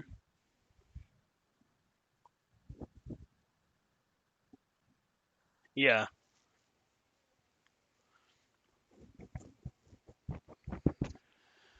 Let's see here. Next up was Will Ospreay and Chris Jericho. You know, after having about 24 hours to kind of think about it, I didn't really like this match that much. It wasn't awful, but it just, I mean, a lot of people have said it, and I'll say it again. I think maybe it's time for Jericho to just retire. I don't think he is able to keep pace anymore the way he was a couple years ago. And there's nothing wrong with that necessarily. It happens to all of them at some point or another. And it's of course easy for me as a fan and a spectator to say that, but the truth of the matter is the legacy that Chris Jericho has created for his career for himself is huge. You're not losing anything by walking away.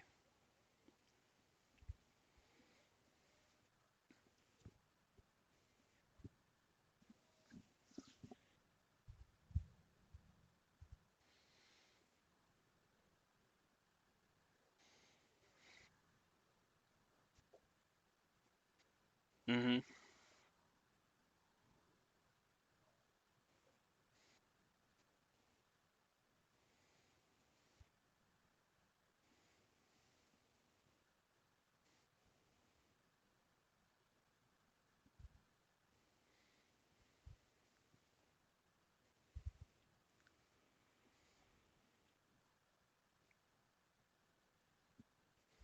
Right.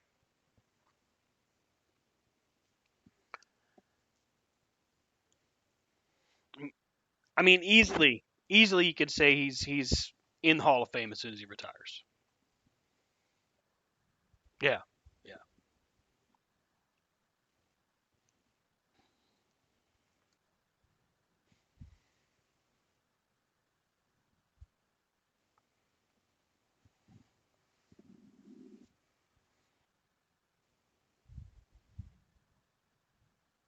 Yep.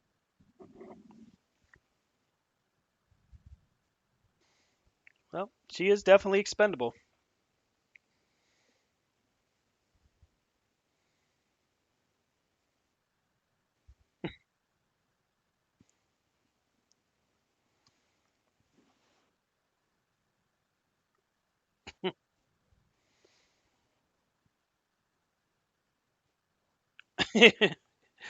Well, they're a fly on the wall for our conversations, is what they are.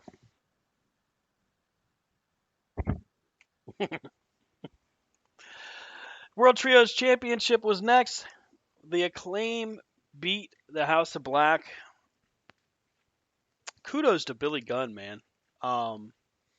60 years old and built like a brick shithouse. That dude is stacked.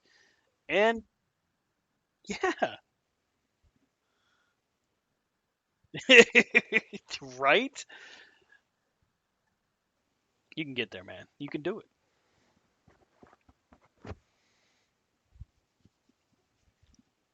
Do you think it's the right move for them to take the titles off the House of Black, though?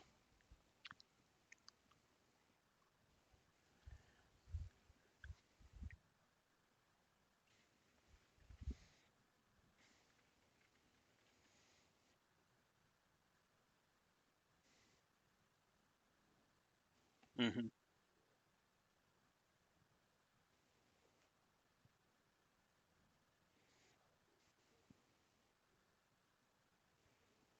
Yeah, I agree.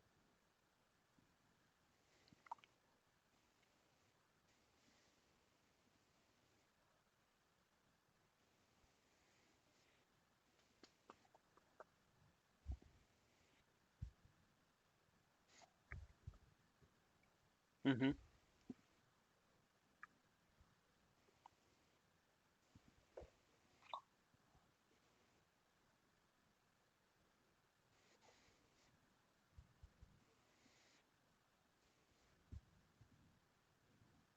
Hmm.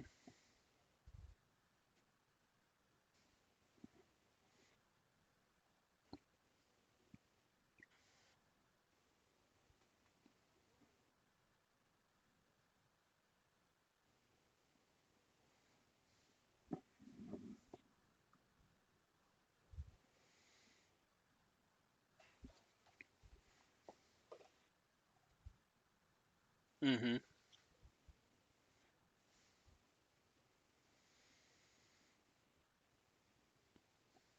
Yeah, maybe we see the Golden Elite. Maybe we see Hangman, Omega, and Ibushi challenge for the titles. That could be kind of cool. Wouldn't mind seeing that.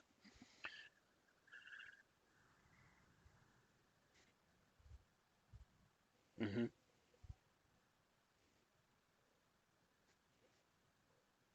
Yeah. And last but not least, we get to the main event: Adam Cole and MJF for the AEW World Championship. This one was good. This was a fun match to watch. But like we talked about at the beginning of the show, man, there was an opportunity here to really do something different. And yeah, we may still see it. Hell, we might even see it at All Out. But MJF retains is not a bad thing necessarily. Adam Cole winning wouldn't have been bad either. So there's not really a bad decision to make here. It's just I feel like creatively they could have done it differently.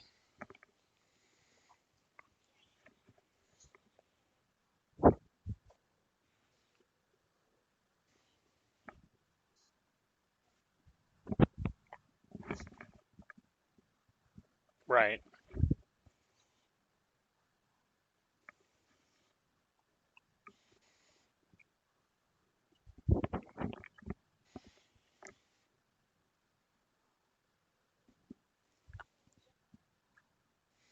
Mhm.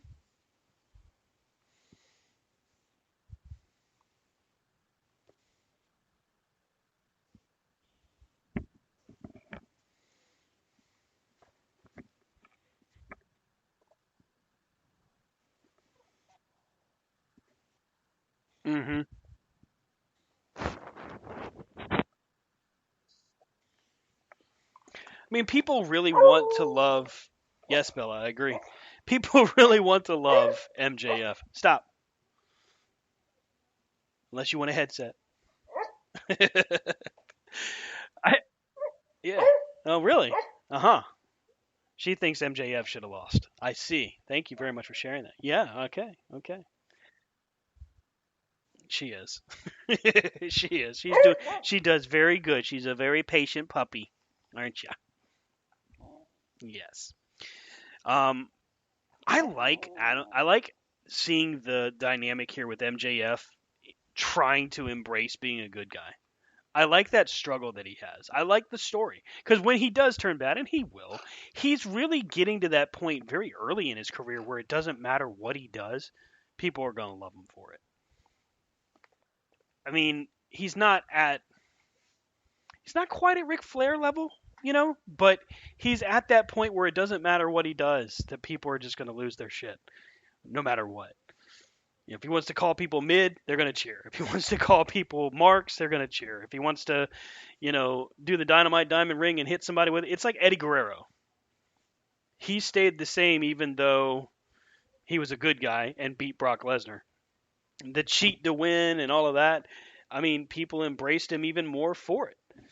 They even had a nice little chair shot there, a chair spot there, where they were tossing the chair back and forth. And so MJF finally said, "You know what?" And then puts the chair on his own head and sells it like he had been laid out by Adam Cole. I thought that was super slick.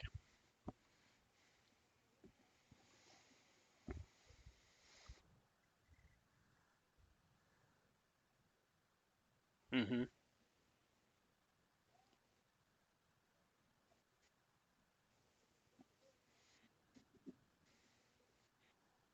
Hmm.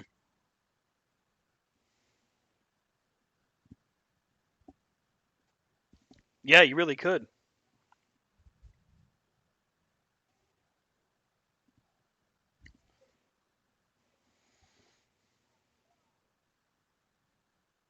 Hmm.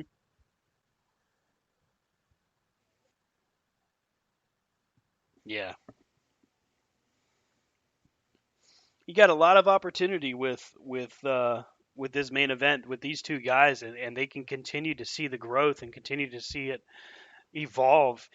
So we talked about it earlier. I think that there's still more to lay out. I don't know exactly what it's going to be, but for the moment, hey, AEW deserves a victory lap on this one. They had a great show.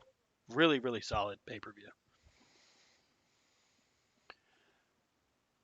So next for AEW is All Out, and it's in 6 days. 6 days. They've got 5 matches on the card already. Miro and Powerhouse Hobbs. Kenny Omega taking on Konosuke Takeshita in a one-on-one. Perhaps this is finally the exclamation point at the end of the story. In this situation, if Kenny Omega does come out on top, I wouldn't be disappointed. TBS Championship, Ruby Soho challenging Chris Statlander. TNT Championship, Darby Allin challenging Luchasaurus. And the international title, Jon Moxley challenging the winner between Orange Cassidy and Penta from this coming Wednesday's Dynamite. You know, by comparison, from All In to All Out kind of feels like an episode of Rampage. Hopefully, there's more to it, and I'm sure there will be. I mean, it is a pay-per-view for crying out loud. I mean, it's got to be something like that. You can't you can't. What's next? We're going to get Jade Cargill in the main event. No offense to Jade Cargill, but come on.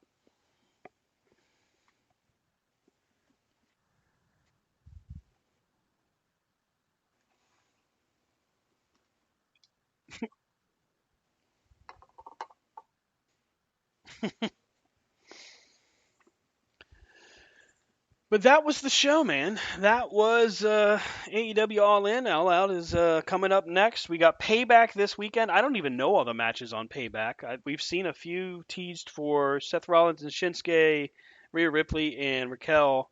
And I guess there's a tag title match, but I don't know who they're defending against. Uh, oh, Damian Priest. Okay,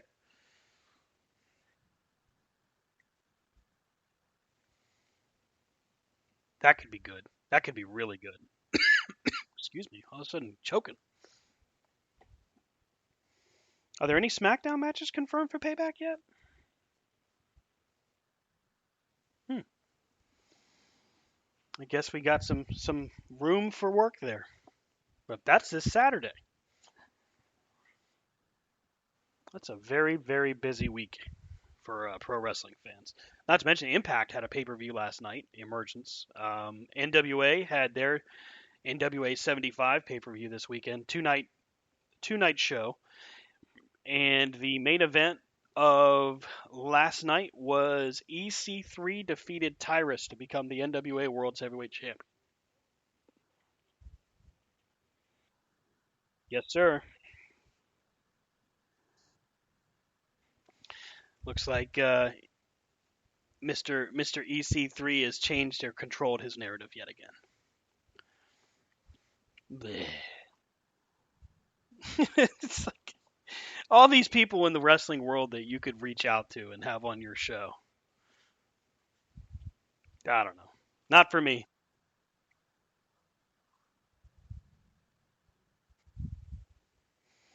What's this one? Change your narrative?